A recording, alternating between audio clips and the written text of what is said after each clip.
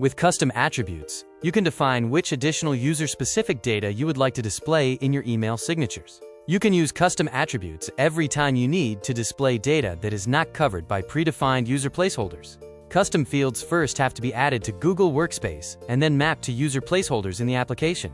Custom attributes need to be added manually into the Sign.UseWise email signature editor using the directory API get method.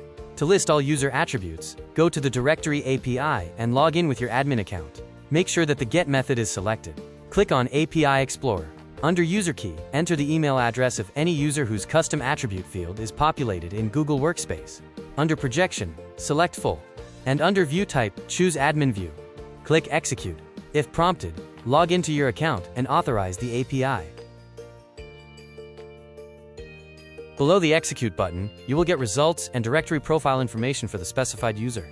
Scroll down to find custom schemas and find the attribute you want to add to the email signatures. In this example, we want to add the user's Instagram, and we need to list all the attributes separated with dots.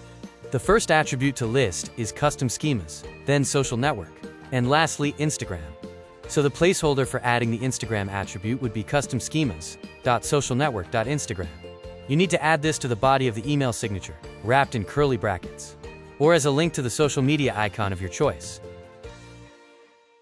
Now when somebody clicks on Instagram icon, it will take them to Instagram page of a user. Let us know if you need any help with setting custom attributes in the comments below, and subscribe to our channel to get notified of new videos.